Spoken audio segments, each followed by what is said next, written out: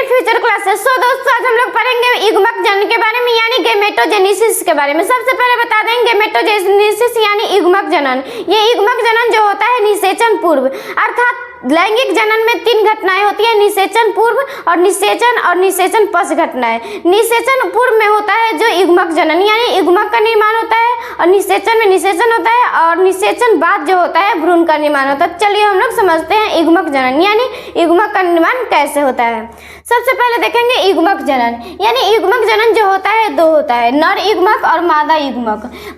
नर युग्मक में जो होता है शुक्राणु का निर्माण होता है यानी स्पर्म का निर्माण होता है और मादा युग्मक में जो होता है अंडाणु का निर्माण होता है और अंडाणु को हम डिम्ब भी कहते हैं यानी एग भी हम इसे कह सकते हैं। उसके बाद बताते हैं कि शुक्राणु जनन अर्थात शुक्राणु बनने की प्रक्रिया जो है शुक्राणु जनन कहलाती है यानी स्पर्मेटोजेनेसिस। उसके बाद देखेंगे अंडाणु जनन अर्थात अंडाणु बनने की प्रक्रिया जो है अंडाणु जनन यानी oogenesis कहलाती है।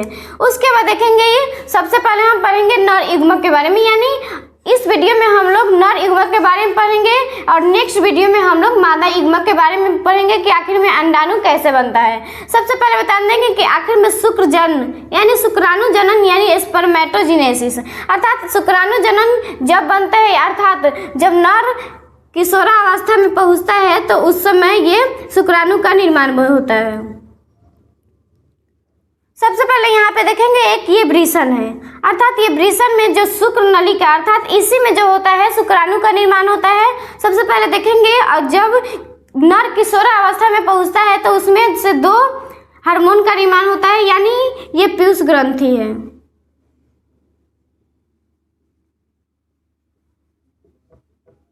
ये पीयूष ग्रंथि अर्थात ये पीयूष ग्रंथि जो है 2 हार्मोन का निर्माण करती है।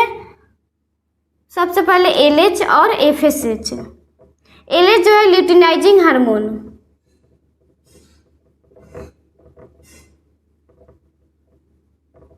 और FSH यानी फॉलिकल स्टिमुलेटिंग हार्मोन।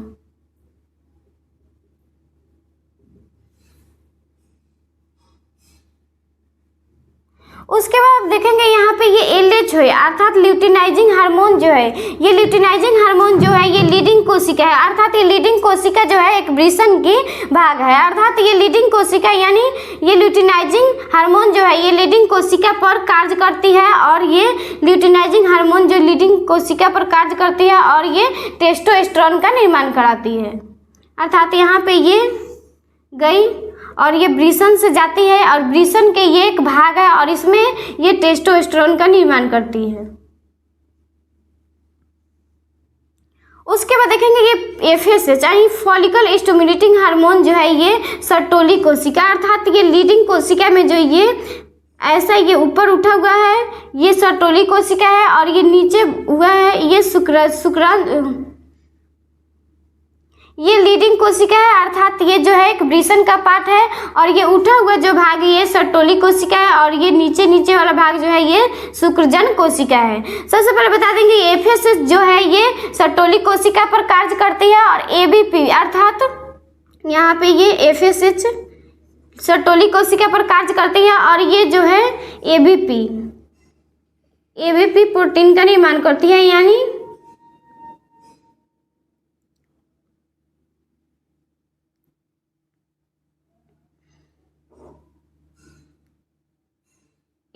एंड्रोजन यानी ABP यानी एंड्रोजन बाइंडिंग प्रोटीन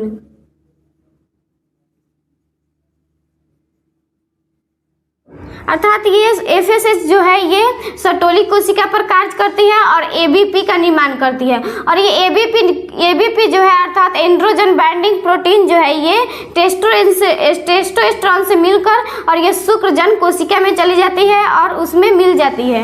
उसके बाद यहाँ पे हो जाता है शुक्रजन कोशिका यानी शुक्राणुजन कोशिका का निर्माण हो जाता है और ये शुक्राणुजन कोशिका जो है ये समसूत्री विभाजन करने लगती है।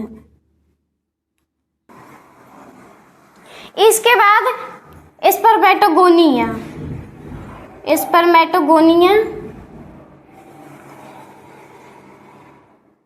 अर्थात शुक्राणुजन कोशिका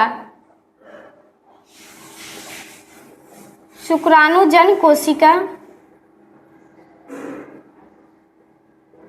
ये शुक्राणुजन कोशिका जो है ये समसूत्री विभाजन करती है, अर्थात यहाँ पे 2n।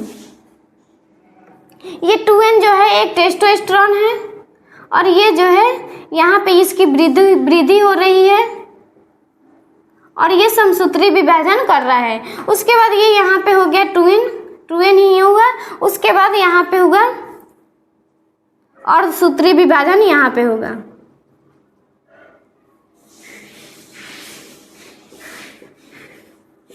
और सूत्री विभाजन फर्स्ट, यहाँ पे अर्धसूत्री विभाजन फर्स्ट हुआ तो ये 2 भाग में बट गया, n और n। फिर यहाँ पे होगा अर्धसूत्री विभाजन सेकेंड होगा, अर्धसूत्री विभाजन सेकेंड।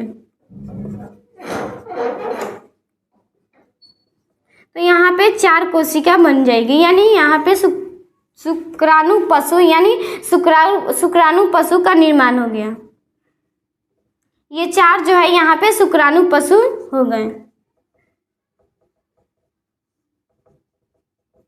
और ये शुक्राणु पशु जो है यहाँ पे 4 शुक्राणु पशु का निर्माण हो गया। और ये शुक्राणु पशु जो है ये सर्टोली कोशिका पर चिपक जाती है, यानी यहाँ पे ये सर्टोली कोशिका हो गया।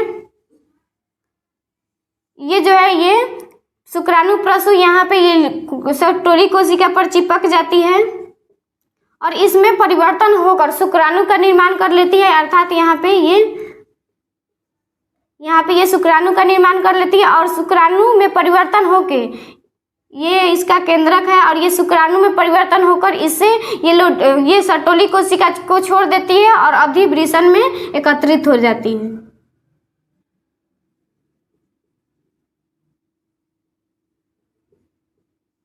और यहाँ पे जो ये सर्टोली कोशिका से मिल रही है, यहाँ पे हम इसे कहते हैं कयांतरण।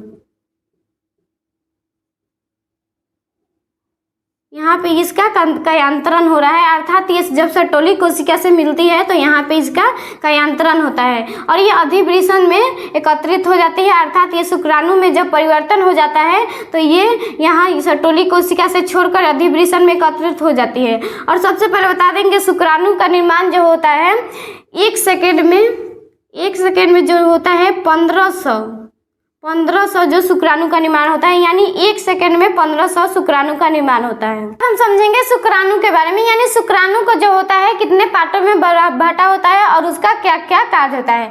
सबसे पहले देखेंगे शुक्राणु जो होता है 3 पार्ट में बटा होता है, हेड, मिडिल पीस और टेल। अर्थात ये हेड में जो होता है बीच में केंद्रक होता है, अर्थात ये जो केंद्रक होता है अगुणित होता है, यानी अगुणित होता है,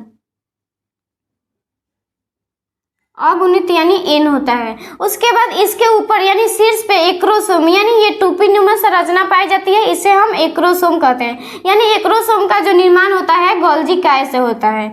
उसके बाद देखेंगे ये मिडिल पीस में जो पाया जाता है माइटोकॉन्ड्रिया, यानी उसके ऊपर जो पाया जाता है तारक काय यानी सेंट्रियोड पाया जाता है और उसके नीचे ये मिडिल में ये माइटोकॉन्ड्रिया पाया जाता है। और माइटोकॉन्ड्रिया जो होता है ये शुक्राणु को गति करने में ऊर्जा प्रदान करता है, यानी माइटोकॉन्ड्रिया। उसके बाद देखेंगे टेल, अर्थात ये टेल जो है ये शुक्राणु को गति प्रदान करती है, यानी चलने में प्रदान करती है। उसको देखेंगे ये एक्रोसोम में जो एंजाइम भी पाए जाते हैं, अर्थात ये शुक्राणु के ऊपर टोपीनुमा संरचना होती है, उसे एक्रोसोम कहते हैं। और एक्रोसोम में कुछ एंजाइम पाए जाते हैं जिसे हम हेलिडेनिडेज और एक्रोसोम कहते हैं। और ये दोनों एंजाइम जो होता है अंडाणु को भेदने का कार्य करता है।